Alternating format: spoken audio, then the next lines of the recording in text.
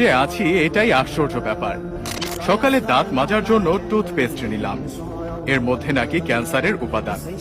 নাস্তায় একটু পরোটা খেলাম, সেটাও আবার ভেজাল তেলে ভাজা।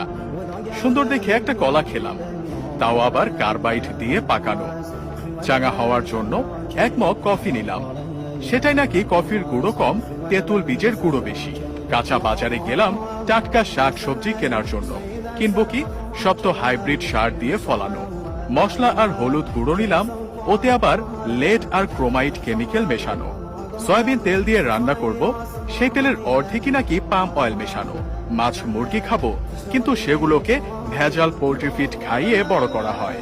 গরমের দিনে একটু তরমুজ খেতে মন চাইলো, সেটা নাকি পটাশিয়াম পারম্যাঙ্গানেট দিয়ে লাল করা।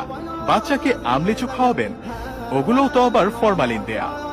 একটু মিষ্টি খেতে মন চাইলো, জিলাপি নিলাম, সেটা নাকি পোড়া মোবিল দিয়ে মচমচে করা। ইফতারে গলা ভেজাতে শরবত খাবো, তাতে মেশানো হয়েছে ক্ষতিকর রং আর কেমিক্যাল।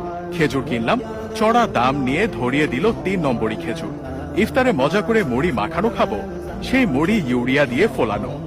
সরিষার তেল দিয়ে মাখিয়ে খাবো ভেবেছিলাম, সেই তেলেও তো ভেজাল।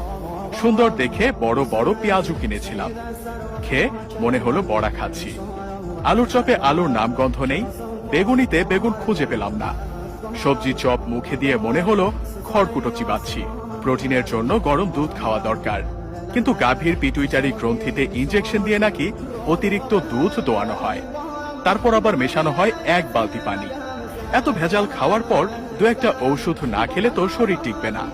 কিন্তু ঔষধ যে খাবো, বেশিরভাগ ঔষধ খেলেই হয় সাইড ইফেক্ট, বাকিগুলো আবার শরীরে কাজই করে না।